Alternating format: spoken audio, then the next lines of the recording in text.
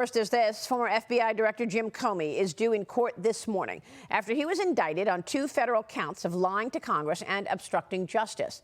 This comes after another fiery hearing on Capitol Hill yesterday, where Attorney General Pam Bondi accused the Biden administration of weaponizing government during Operation Arctic Frost, a 2022 FBI probe into dozens of Republicans and Republican entities, all surrounding the results of the 2020 election. Senate Judiciary Committee Chairman Chuck Grassley also revealed more whistleblowers coming forth about the Biden FBI and its weaponization against then-Trump economic advisor Peter Navarro. Watch. Whistleblowers have provided me additional records related to the Biden FBI political conduct against Peter Navarro. The first document is a request for physical surveillance on Navarro the day the FBI arrested him.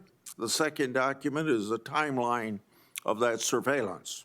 When Navarro, the FBI didn't arrest him at his house, which was literally right next to the FBI headquarters. Instead, they surveilled him and his fiancée all morning, starting at his home, following them to the airport, and then arrested him in public at the Reagan airport. The way Navarro was treated is unnecessary. General Bondi, I would like you to provide me all records relating to this matter. Just extraordinary stuff here. Joining me now, the man himself, White House Senior Counselor for Trade and Manufacturing, Peter Navarro. Peter, great to see you. Thank you so much for being here. And I'm so grateful that you landed on your Chanels and are able to talk about this now.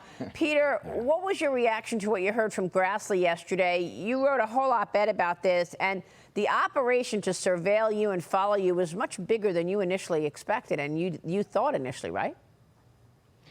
Yeah, Maria, it was quite a morning. 6 armed FBI agents come at me in a gangway. I wind up in handcuffs, leg irons, wondering why Comey didn't get the same treatment when he was indicted, but that's another story. But these documents that Chuck Grassley released yesterday show this much bigger operation. You had nearly a dozen FBI agents doing their like Clouseau stuff. Navarro leaves his residence at 7:02 or whatever. And what's extraordinary about this is really the bigger picture here. Senator Chuck Grassley, almost single-handedly, is getting more and more documents that reveal this vast conspiracy. And I don't use that word very often, but it is. It's an 8-year-long conspiracy conducted at the top levels of leadership at the Washington field office of the Federal Bureau of Investigation, where Comey and then Wray were part of this, but you had Clapper, Brennan, Page, Strzok, a whole cast of characters involved in this. And the reason why my case is important, Maria, besides its constitutional issues, it's still on appeal, is that the agent, Walter Giardina, who's the one who put me in handcuffs, seems to be at the center of all of these operations that were designed either to overthrow the Trump government once the president was in or to stop him from winning elections. Walter Giardina, he was the guy who basically greenlit the Steele dossier as legitimate when we all know it was fake, as Comey and Giardina and all those others knew. That begat Crossfire Hurricane, the Mueller report, Crimson River, and then we've got the Arctic Frost one, which was a big topic of conversation yesterday. And that was just a license to surveil and subpoena and get records and go into people's emails and phone records. And Republican senators were targeted by that. So here's the bottom line.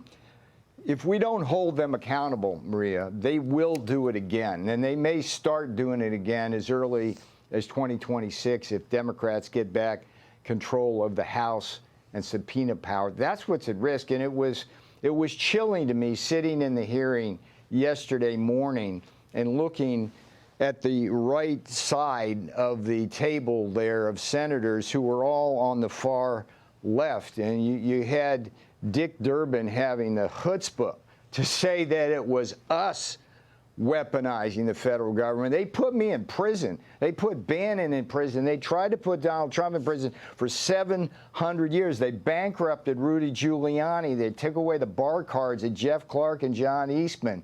These people, they have no shame with their talking points. And then you go around the room. It's like I sat really close to Schiff. The slime was getting on my suit from that guy. That guy is the guy that belongs in prison for lying to Congress. So the big thing here, Maria, is accountability. It's time for investigations, subpoenas. Chuck Grassley's going to take us to that promised land. And Pam Bondi finally yesterday got some people appointed, confirmed by the Senate. There was 100 people that got confirmed yesterday, and one fell through. A lot of them were justice people.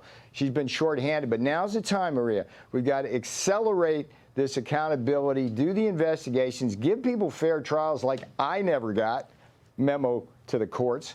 And hold them accountable. They'll do it again. That's the problem here. Well, I mean, it's just extraordinary the levels that they stoop to shut down any dissent and really to shut down President Trump and his team, putting you in jail and surveilling all these people.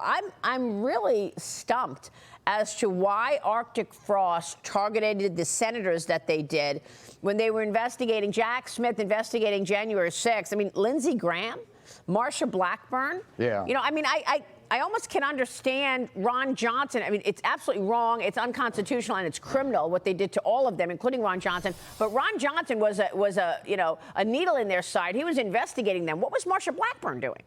Right? Was this all because they were allies to Trump? And then look at the surveillance timeline that they had on you. Almost a dozen agents involved. I mean, you initially thought it was just a swarm of 5 agents ambushing you and your fiance at the airport. And you made a great point. You lived right next door to the FBI. They could have just knocked on your door, but they wanted to make the stage a whole theatric thing and a full-blown public arrest when you were at the airport. The most stunning reveal in those documents, Maria, was there was a checkbox on the form that the whistleblower was released. And it said, is the subject armed or dangerous? And the check was no. So there's absolutely no reason to take me down in the way they did. But those documents were hid in discovery in my actual court case, which is another example of how you simply can't get a fair trial.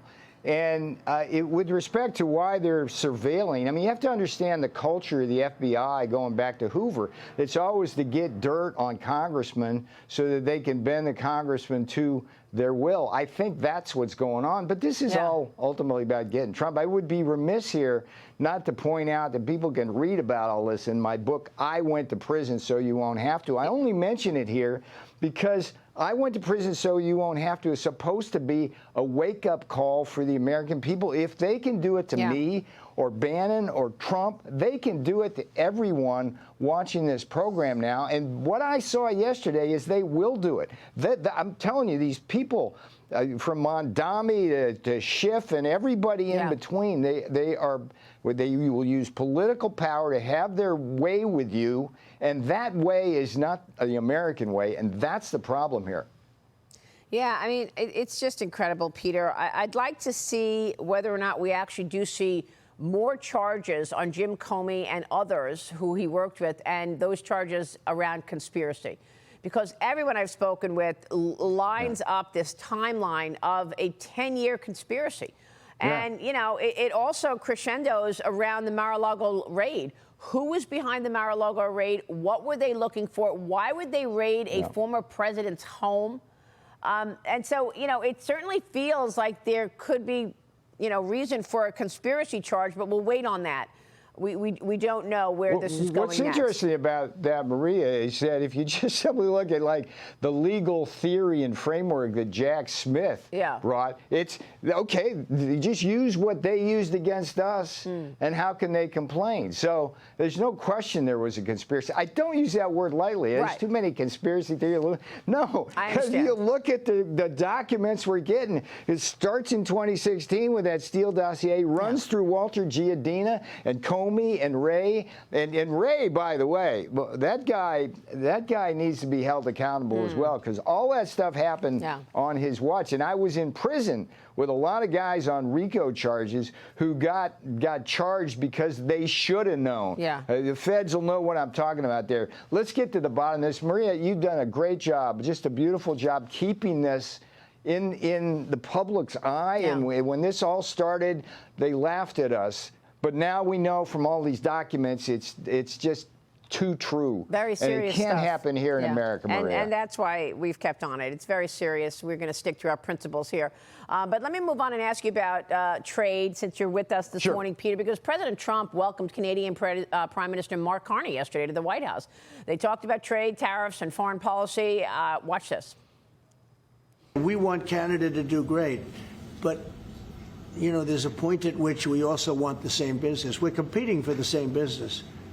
That's the problem. There are areas where we compete, and it's in those areas where we have to come to an agreement that works. But there are more areas where we are stronger together, and that's what we're focused on, and we're going to get the right deal. So Jamieson Greer told me last week that they're going to look at these bilaterally. You're going to look at Canada and the U.S. trade. You're going to look at Mexico and U.S. trade, not USMCA, which was a three-country deal. Can you tell us anything about that, Peter, and your reaction to the meeting yesterday? Sure. We are just broadly in the most beautiful place for the American people we've been, I think, ever with respect to trade. We're engaged. President Trump is engineering a fundamental restructuring of the international trade environment so that we are no longer penalized by the rules of the World Trade Organization, which fundamentally skew against us. That's the big picture. What the Jamieson Greer, Howard Lednick, Scott Bessent, myself behind the scenes are doing is using a template with every specific country that deals, we look at, what's the tariffs that we're getting screwed with? In Canada, it's like things like lumber and dairy. What's the non-tariff barriers that countries erect so that we can't sell into their markets? What's the currency situation look like? And then there's like national security issues. How can they help us shore up our supply chains and the things we need to survive? So that's how we're approaching it, bilaterally. That's where we're strongest from a negotiating point of view. And this is delivering. I mean, you look at the trade deals we have, it's just, Europe. From Europe to the Philippines, Indonesia, Japan, Vietnam. I mean, it's a beautiful thing. So trusting Trump on trade. We're waiting for the president's meeting with Xi Jinping, expected at the end of the month, on the sidelines to discuss more on the China potential deal. Peter, it's always a pleasure to see you. Thanks so much.